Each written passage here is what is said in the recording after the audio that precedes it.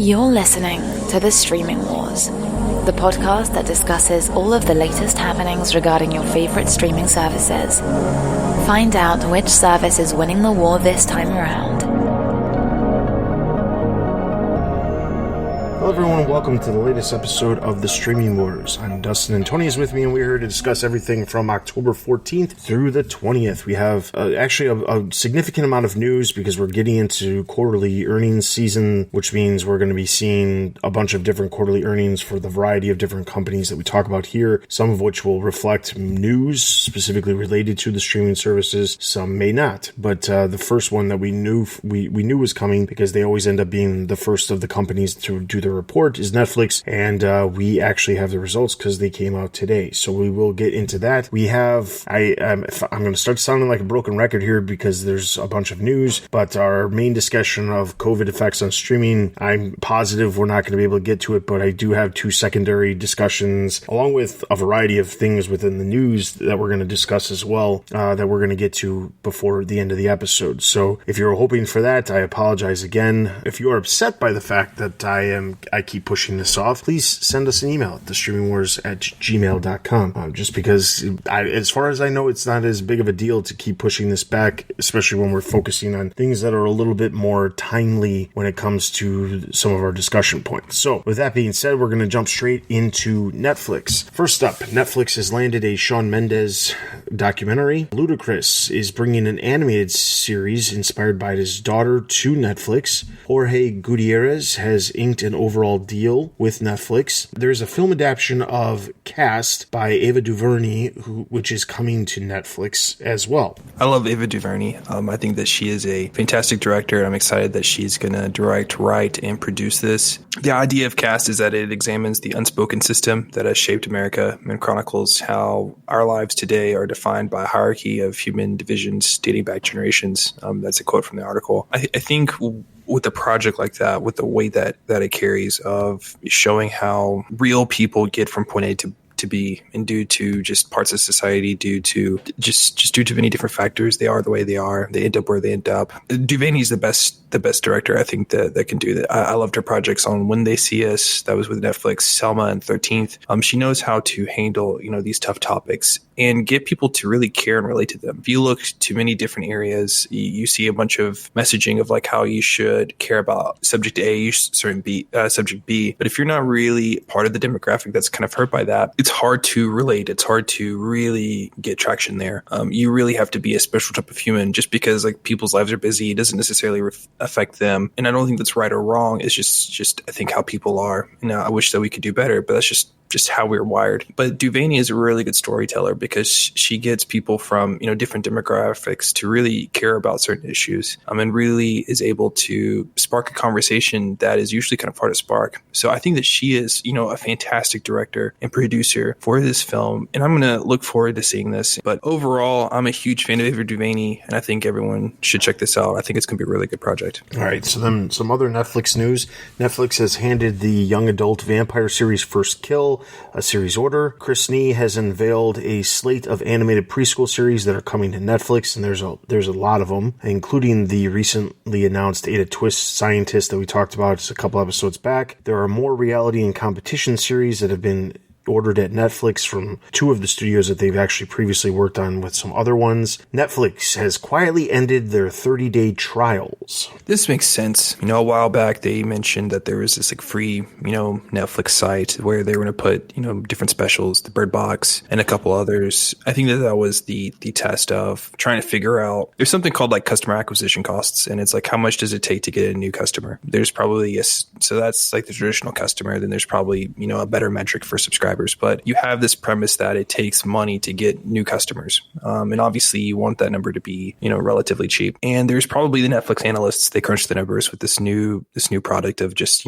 showing different free specials every now and then on this site. They probably crunch the numbers and realize that that's a better alternative than the 30-day free trials. I know that there are going to be people that are upset who they're getting rid of the trial, but you can still check out Netflix for what it is. And I think Netflix, it has a huge film library, but it's not like anyone's really going to explore all of that within 30 days is just kind of impossible. I mean, most people watch Netflix via the recommendation system and going from, hey, this one seemed interesting, or social media, like, hey, that seemed interesting. So it's not like people are truly missing out if Netflix is putting out a relatively good default of product on this, free site. And I think people like streaming services, and not just because of the content, but the experience. And if they mirror like the Netflix user experience on, this free site, then I think that's what really sells people, is how easy and simple the menus are. Great. The UI is a very, I think, elegant.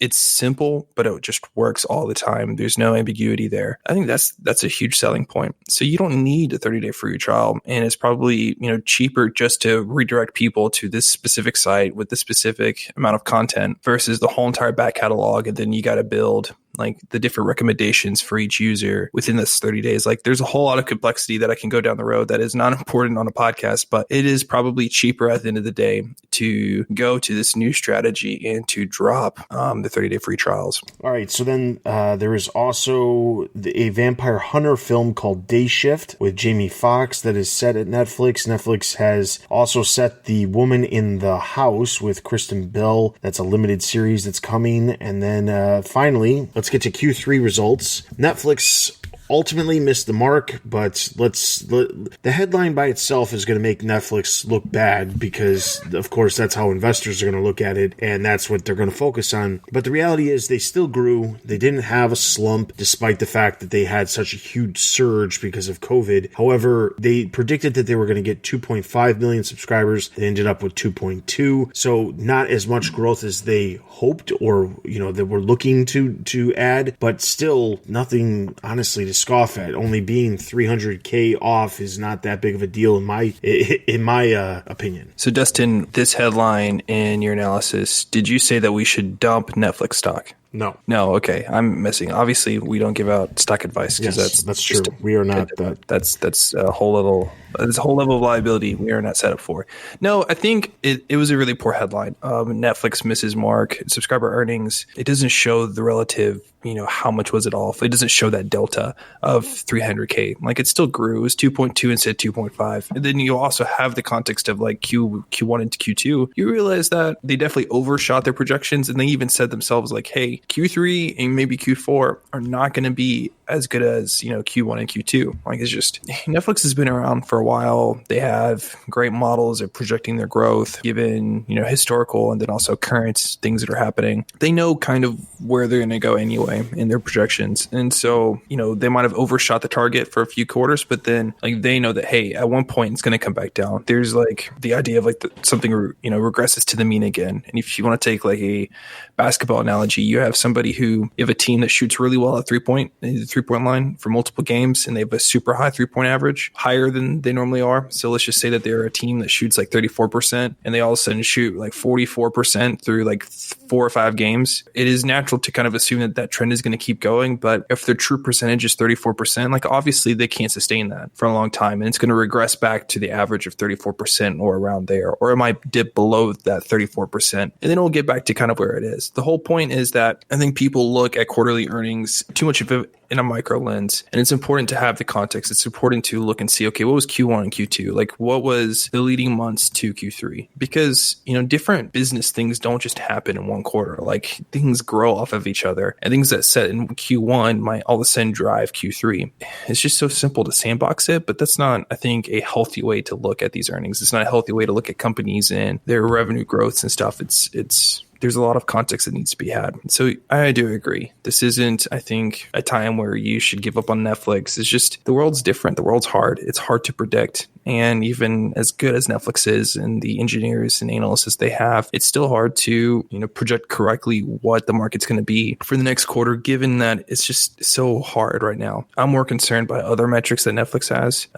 Obviously, their debt ratio, how much it's like the cash flow. Are they making, a profit off the revenue? Stuff like that. That's to me more important. But they have a whole lot of customers. Is really 300K the end of Netflix No, you shouldn't give up on Netflix. They're going to be fine. Also, read articles all the way through and not just read the headlines, because the headline makes it seem a lot worse than it actually is. So very true. All right, so Prime Video, Amazon has picked up Paramount's Coming to America sequel after it was originally scheduled for a theatrical release. Amazon will send 2020 off with a comedy special called Yearly Departed. Amazon has ordered the young adult horror series based on I Know What You Did Last Summer, and there is an Italian heist series called Everybody Loves Diamonds that has gotten the green light at Amazon as well. Jumping over to Hulu, there is a drama series called Wild Rabbit that is in development. Hulu will premiere Happiest Season after Sony removes it from its theatrical release, and there was a report that suggests that Disney can't allow Hulu to grow due to the final acquisition that is coming from Comcast. This report came from Bloomberg. We have the streamable report on it because obviously the Bloomberg one is behind a paywall, but basically the gist is that Comcast still owns about a third of Hulu, and while they have agreed to sell the remaining third to Disney, ultimately Disney still has to pay for it. So if you remember correctly, we talked about this, I believe it was around the Q2 results from Disney. They specifically went on to say that they were not going to be rolling Hulu out internationally. Instead, they were going to be creating a service called Star based off of the current model of what Hotstar is over in India. They're going to use the Star brand as a way to expand their digital offerings in other countries instead of Hulu. Now, this is a very big difference than what we heard a year ago when Bob Iger was saying in his quarterly earnings reports that he was presenting that they had every intention of rolling Hulu out internationally, and in 2021 they had every intent to get Hulu into Europe because they wanted to grow it. And obviously they're spending a lot of money to completely own Hulu as well, so it does make sense. However, there is still that final little bit of they're still needing to pay out the remaining amount that to Comcast for the remaining third that Comcast currently owns. The way they can keep that price low is by ensuring that they're not going to sit there and show that it's going to be potentially this massive global service that could be worth a lot more money. So that's the idea. Obviously, Bloomberg has a very good track record, so I'm not discounting anything, of course, of what the report is, but there is that question of, is this really what they're doing? They paid all this money for Hulu, but they're just going to not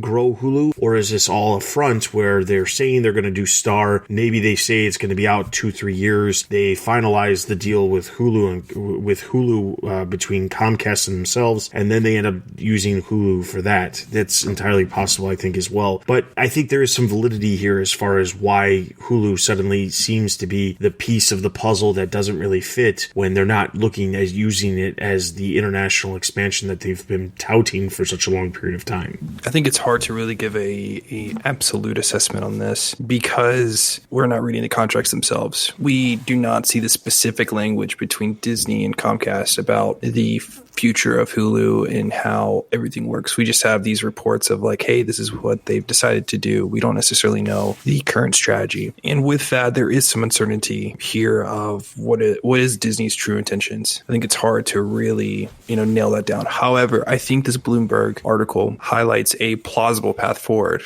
And I think that, I might have questioned this either on the air or just off the air of what is Hulu's place in the Disney ecosystem and what is their current strategy, given that they're doing Star, given that there's a lot of big financial investment within, Disney Plus. There's a huge search internationally with Disney Plus, and I feel like Hulu has a lot of content that I think the world would frankly just appreciate. Given that, I was curious of what is their strategy, and I think that this is at least a plausible explanation of what things are. Once again, we can't guarantee that, but I think that that's a working theory that makes a lot of sense. And I'm curious in the future, right? Let's just assume that either this is the current status quo that will be for the next, 3 to 5 years, or they reach a deal and it comes quicker. Anyway, Disney's promoted Star decently enough that kind of is starting its own international, fame a little bit. It's getting a little bit of an audience. And I'm curious if maybe they're just going to rebrand Hulu as Star internationally, even with this deal with Comcast or without Comcast. Like, I don't necessarily know the contracts for the licensing of different shows and whatnot, but I could see a situation where it's just branded Hulu in the United States, but then outside the United States, it's just going to be, the Star thing. That might just be a way to get around the situation. That might be a way of just, hey, Hulu just has such a strong U.S. domestic presence that it's going to be really hard to,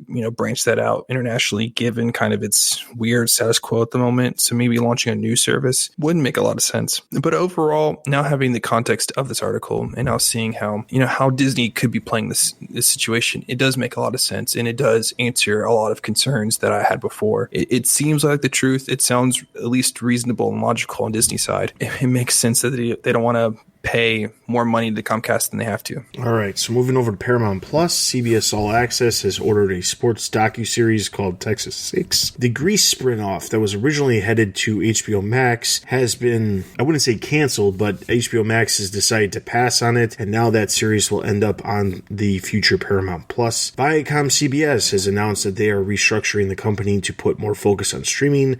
If you're thinking, wait, haven't I heard this one before? Yeah, it's because just last week, we talked about how Disney was doing something very similar, and they were restructuring a lot of their entertainment divisions to put focus on streaming as well. And just as a side thing related to restructuring and executive changes and things like that, obviously HBO Max / Warner Media as a whole has been undergoing a lot of restructuring for the past couple months, but there's a lot of restructuring that's happening at other companies as well. Recently, Netflix lost 3 top executives related to originals, specifically relating to a lot of the original content that they have. One of them actually just was announced to be coming over to Warner Brothers Television to take over for Peter Roth, who has been heading up Warner Brothers Television for, I believe it was the last almost 20 years, or maybe it's a little over 20 years. And she's going to be taking over, but she's coming from Netflix. She's going to basically be streamlining a lot of the stuff there too. So while the effects of COVID have or will continue to have a lasting impact on the entertainment industry,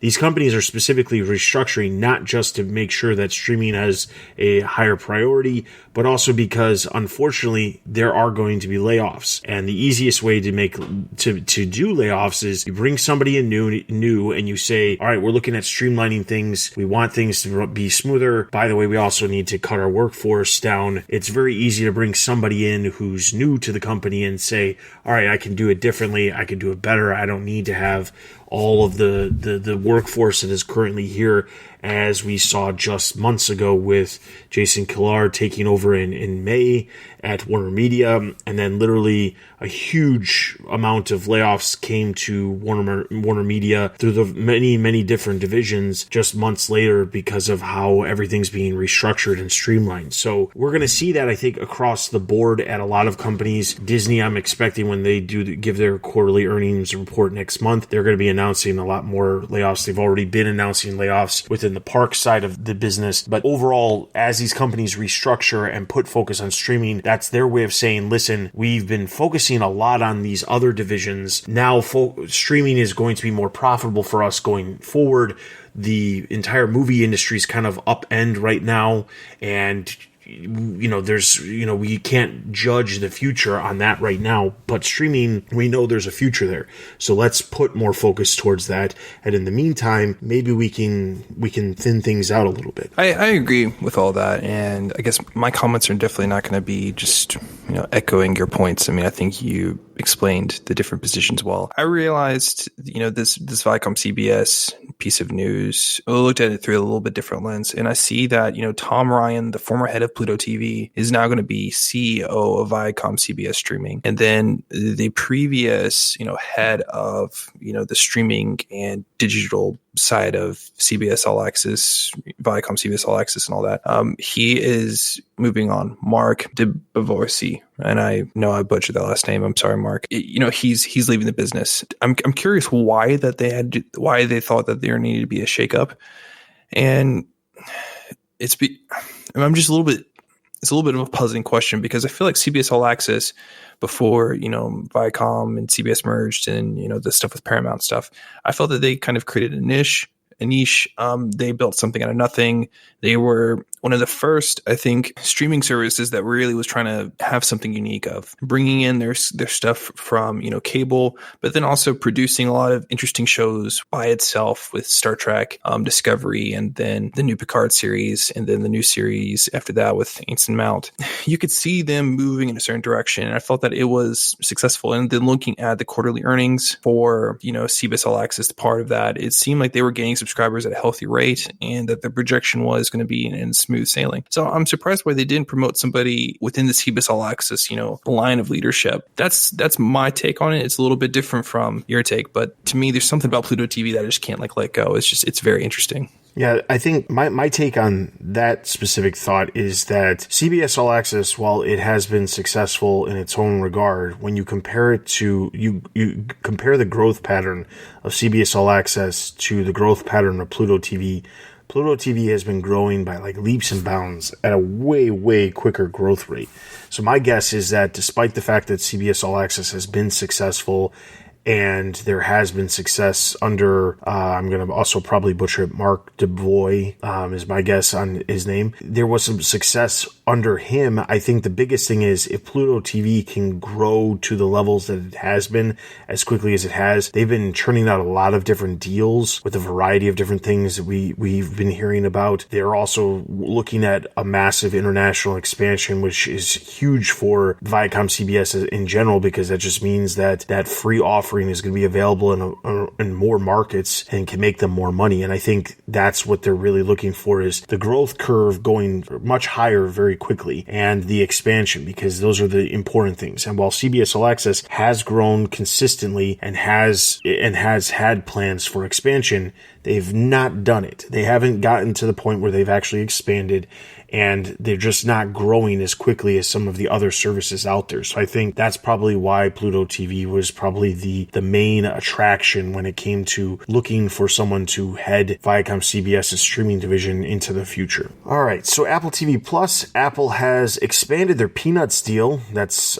Snoopy and Charlie Brown, that is, Peanuts, with the classic content as well as new holiday specials. The classic content is actually going to be available on Apple TV Plus. Specifically, they're going to be releasing the Great Pumpkin Charlie Brown special 2 weeks before Halloween, and then it'll actually be free for the 3 days surrounding Halloween. I believe it's the 27th. The news article specifically states, but they'll be doing the same thing during Thanksgiving. For this, they'll be releasing it on Apple TV Plus, the original one that is, and you'll be able to watch it if you're a subscriber, but if you're not, you'll actually be able to access it for free for the few days around Thanksgiving. It's possible that they could do it around Christmas too, we'll see, but they also announced that they're going to be releasing, or creating, I should say, new specials related to a variety of different holidays, not necessarily remaking classic specials like the Thanksgiving and the Halloween and Christmas, but other holidays like New Year's Eve and Mother's Day was some of the examples they gave. So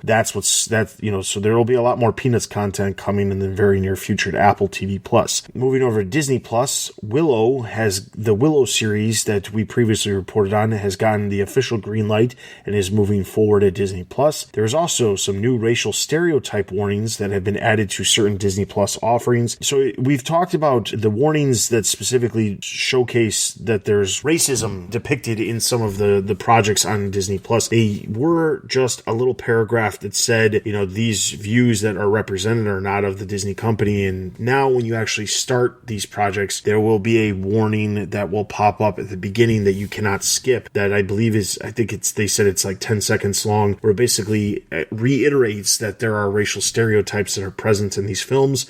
And it gives a website to go to that showcases the examples of what they are and why they are wrong, as well as their current viewpoints on a variety of different social situations. This has been an interesting issue, being a part of different fandoms and being a part of Twitter, I guess, in general. Just seeing different responses to this idea of what should have Disney done with Song of the South, with, the movies that do have racial stereotypes that are not as bad as, Song of the South. At what level should they provide censorship by a company on media and whatnot? And I think it's a big discussion. It's a huge discussion. You could have had Disney just pull this content, but they left it with, a warning.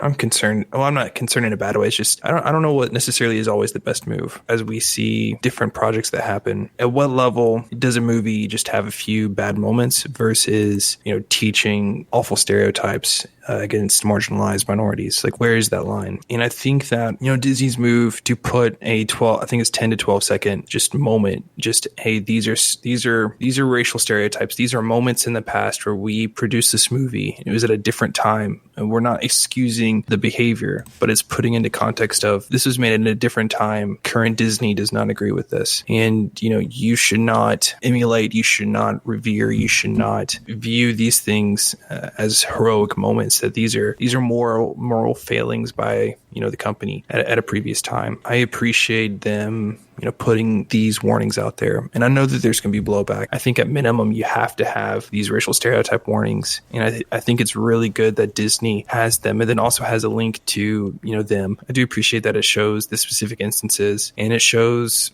how much they were wrong, and shows where the current trend is. It shows what the right thing is. And I think that can teach people. And I think it can have good discussions of like parents watching certain moments of like, hey, this is a moment that it was bad at the time and we do not condone it. We can, use that as a teaching moment. So at the end of the day, I am happy that they did this. All right, so jumping over to Quibi.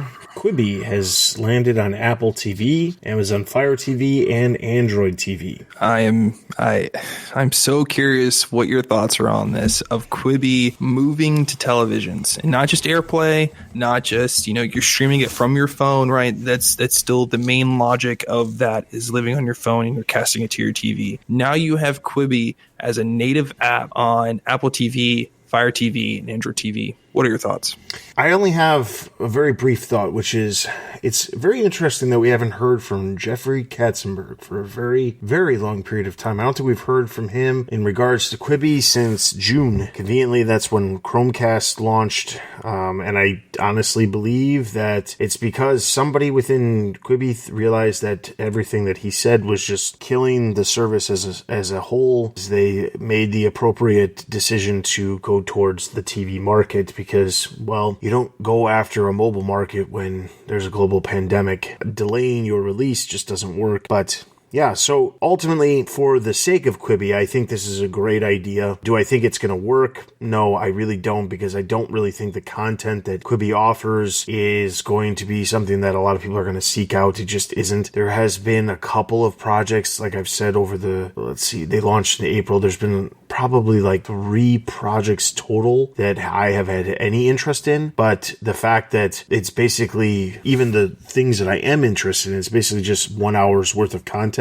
I don't have any desire to care. Like, I would have been interested probably in the Fugitive remake that they did, just because of the cast they had attached to it. But knowing that it's probably only 8 episodes and they're probably 80 minutes a piece, which means it's only an hour's worth of content, it's just a complete waste. So a little too late, honestly, for Quibi. But I mean, if it helps them out with their ultimate sale that they're supposedly seeking out, good for them. But I think that it's just a little too late. I'm a little bit curious of, Quibi's model was that it's going to be for mobile phones while you're in those transition moments that I guess people would normally just listen to music, or they would, listen to a podcast, right? That was kind of their selling point of, hey, we got premium content for you. That's not just lame YouTube videos that may or may not be well produced, but then you have a bunch of ads. That was kind of the premise. But obviously, people, like the pandemic, people stay at the homes. Like, you don't have that many transition moments besides maybe going to the bathroom. Like, if you're working and stuff, like, you really just don't have those moments. And I'm curious, how is that going to work on a television, right? Because television, like mine is in the center of the room. I would have to actually sit in front of it to actually see it. And right now my desk is off to the side. I think it would be really hard to enjoy Quibi content, because it's not like you're going to fire up your TV for a quick 10-minute session. Like, to me, Quibi's content is purely aimed at the phone due to its transition moments. You just don't have transition moments while you have the TV present. Like,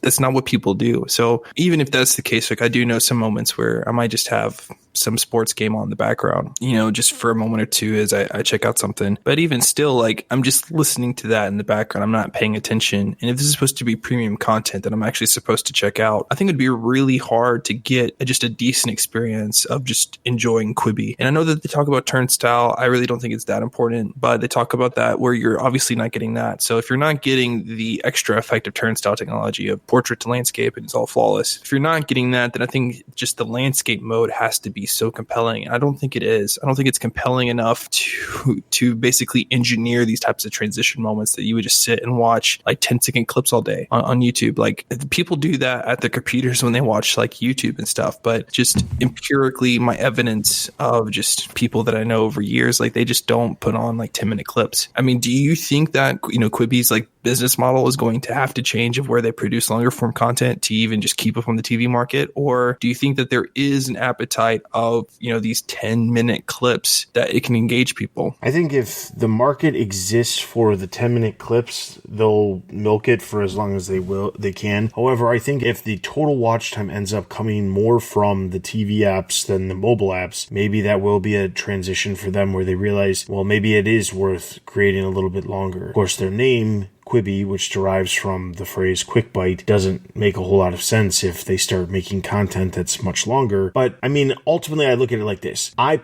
still watch content on YouTube that's, anywhere from 5 to 15 to 20 minutes. So it's entirely possible that somebody could watch content. I do watch the majority of YouTube on either a computer screen or my television. I don't really watch it on my phone. So I assume there is a place for it to potentially thrive, but it is one of those things where it's just, the problem is the way the content is created, at least the high profile premium content is created, is not necessarily meant for anything but watching in sequence. And if you watch it in sequence, well, then you're done. You're just basically watching an hour's worth of television. The long term, I just don't see a lot of their daily essentials. Those could potentially be, watched, but I don't know.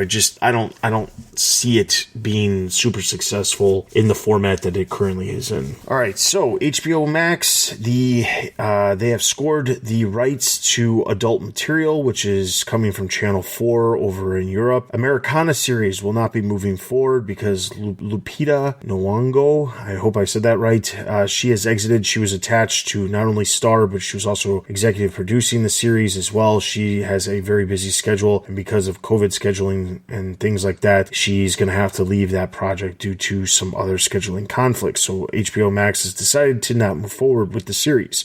We have nothing for Peacock. Niche streaming services. There is a new streaming service called Warner Media Ride that has launched specifically for GM vehicles. If you own a GM vehicle and you use AT&T's option to have in-car Wi-Fi, there is an app that you can use on Android and iOS devices that allows you to actually access select Warner Media content free of charge without commercials, and you can just watch it. I checked it out earlier today just to get an idea of what was there, and while I didn't specifically use it in my car, you can download the app and actually check out to see what content they have. It mostly is a bunch of cartoons for kids. I wouldn't say there's a massive amount, but there is some content. There's actually Craftopia, which is an HBO Max original that's available on there. There's some Rick and Morty. There's not a ton of everything, but there is some of this stuff, so it's like a selection of different things. So it's just basically an added option out there. And then the other bit of news was that the Smithsonian Channel Plus is now migrating all of their shows over to CBS All Access. Personally, I did not know that Smithsonian Channel was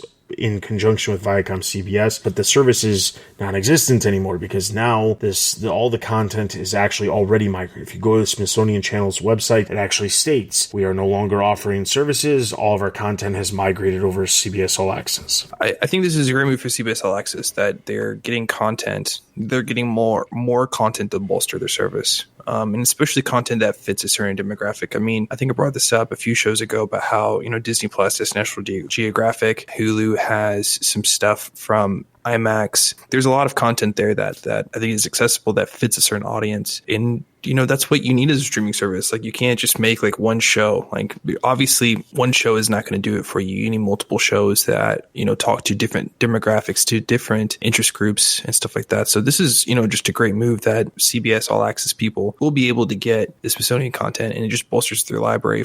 All right, so that is all of the news. We've got two smaller discussions that we're going to talk about.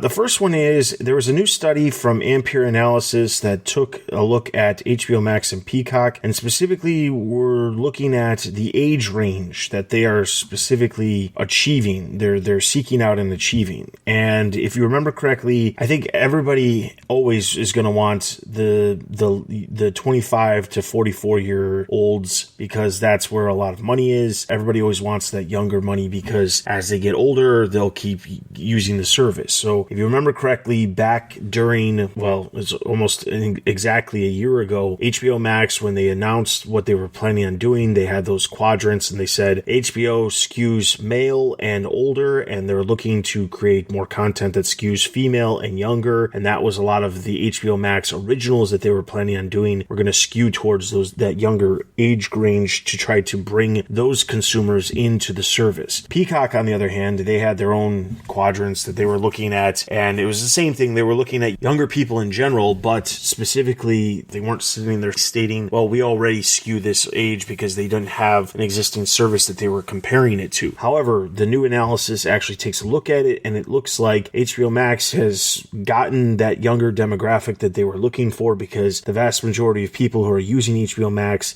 is that 25 to 44-year-old age bracket. Peacock, on the other hand, is skewing slightly older. Their primary market is 35 to 44-year-olds. When it comes to people who are 55 years and older, 19% of Peacock subscribers are in that range, while only 6% of HBO Max subscribers fall into that range. So that specifically means Peacock is, in fact, skewing older. For them, I don't know that that's necessarily a bad thing given the amount of content that they have at this immediate moment. But for HBO Max, this is great news because this is exactly what they were hoping for. They were hoping at getting that younger audience to be more engaged with the service, more so than compared to the people who were engaged with HBO before HBO Max launched. Yeah, I think that this HBO Max and Peacock article really, to me, makes sense. I mean, given the stated goals of HBO Max is that they want to reach more of a younger audience, and that can, younger is pretty much a broad term, but I think it really just means like young adults who consume a whole lot of streaming services. And it makes, sense that given they have Game of Thrones, right? Still a huge hit, still very streamable. They have Friends, which for some reason is a show that will never die, and that it seems like each generation finds Friends and think it's the best ever. I know like 13-year-olds who buy Friends t-shirts with the logo, and they're like, yeah, I found Friends the other day. I mean, it's amazing. To me, that show will never die. So that's interesting, right? It's very bingeable. I mean, you got Euphoria, which is definitely young adult, attacking young adults. There's just a whole bunch of content there that is interesting to young adults. Whereas in Peacock, you don't necessarily have that right now. But that's right now. They have a lot of content that is older, that skews for an older audience. But I think that Peacock will make up a fair share whenever Parks and Rec and The Office finally hit Peacock, because those are shows kind of like Friends, where given that it's one of the shows that The Office and Parks and Rec that didn't get, I think, enough love while it was on the air, but as it's, you can stream it, you can binge it all. There's something about that's really intoxicating. It just makes you just like the show even more. And so there's a whole age of people really digging into The Office for the first time. I think that whenever it does release onto Peacock, that Peacock's,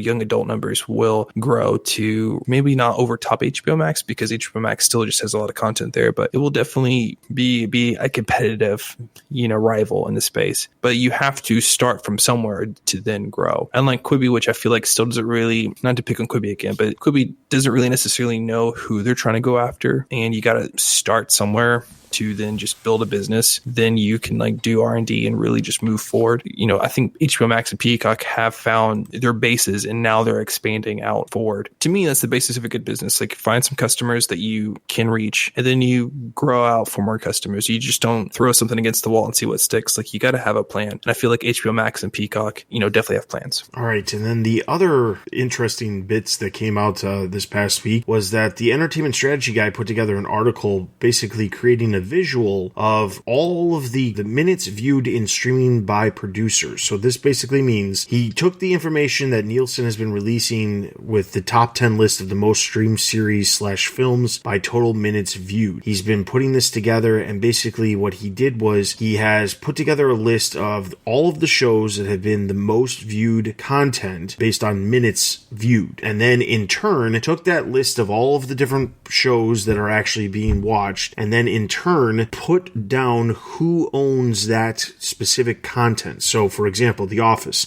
that's owned by NBC Universal, even though it's on Netflix. So while it's a very popular show and accounts for a lot of watch time on Netflix, ultimately NBC Universal owns that content. They're the ones who are going to benefit from it long term, not necessarily Netflix. What's very unique about this specific visual is that out of the entire total minutes, the numbers reflect that Netflix actually only owns 3.3% of all of that content. Now, out of everything on this list, there's only 2 shows that that aren't even on Netflix. One of them being The Boys, which obviously did very well over at Amazon, and then Mulan, which was exclusive over at Disney Plus. But out of that group, there was only one project. It was Project Power, which was a Netflix original film that released in August. That is the only one that Netflix outright owns. While they have their name attached to a lot of these projects, like Away, which is the space drama that came out in August. They have their name attached to Lucifer. They have their name attached to In the Dark. They have their name attached to Cobra Kai. These are all projects that are actually being produced by other production companies, which means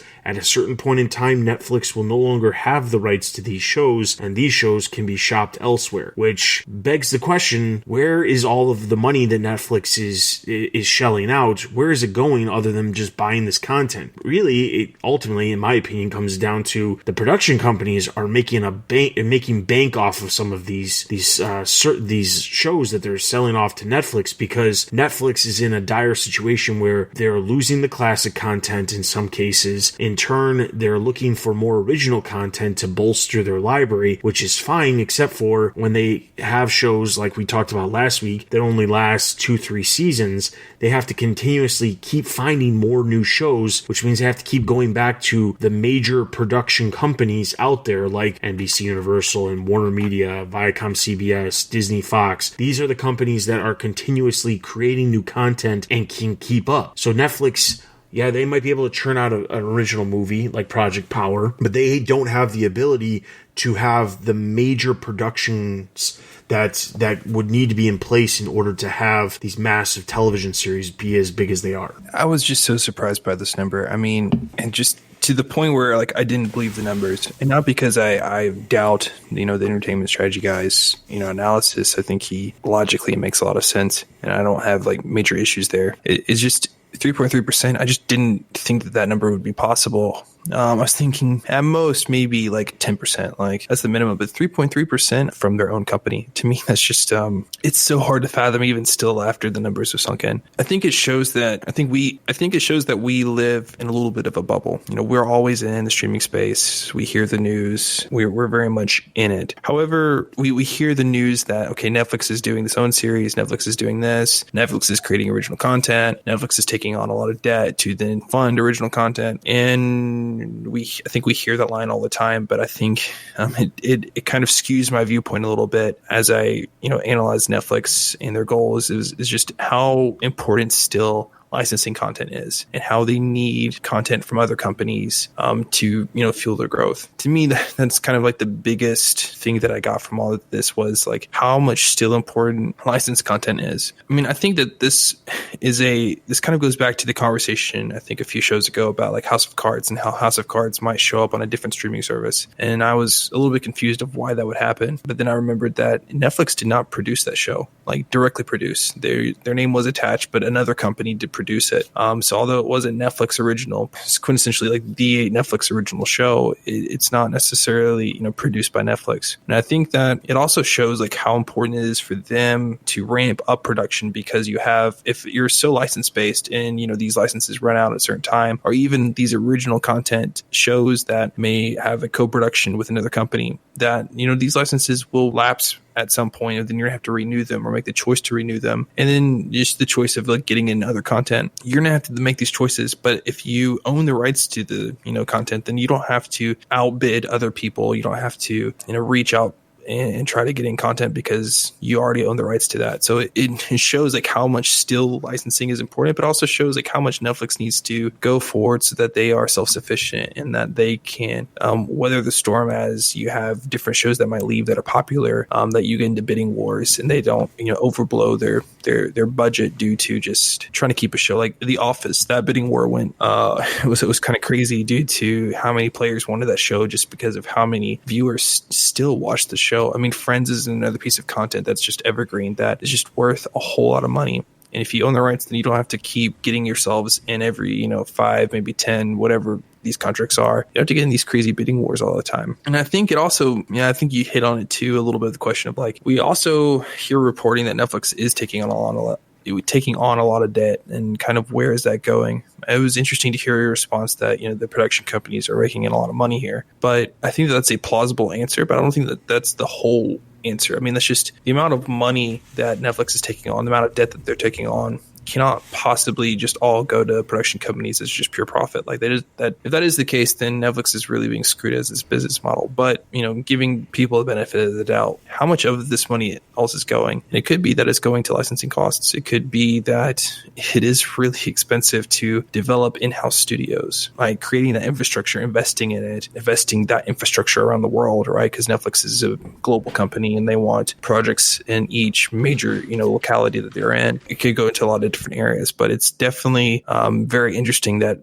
you see this 3.3% number, and yet they have over $8 billion in debt that we report on, and there's some disconnect there, and it's kind of hard to connect the dots between why we see this huge number but very little original content that it produced in-house. All right, so just as a reminder, definitely check out Entertainment Strategy Guy on Twitter because he's constantly posting up some awesome stuff related to the streaming wars. We'll be tagging him in our tweet that we post on the announcement of this episode releasing, so be sure to check him out. He releases a newsletter. I would subscribe to that too because there's also some great content there as well. All right, so with that being said, there is some trailers that have released over the past week for you guys to check out. If you are so inclined, please follow us on Twitter and join our Discord to find all the articles that we talk about here on the podcast and some that we don't. Also, be sure to follow us on Instagram for all latest announcements related to new episodes of the podcast releasing. You can send us an email at thestreamingwars@gmail.com with any questions, comments, concerns, or feedback, or topics that you'd like us to discuss on future episodes. Those are always greatly appreciated, as well as feedback wherever you are listening. That is always appreciated as well. With all of that being said, for Tony and myself, this has been The Streaming Wars, and we'll see you guys next time. Thanks for listening to The Streaming Wars. Check us out on Twitter and Instagram. Also consider supporting us on Patreon. Links can be found at thestreamingwars.io.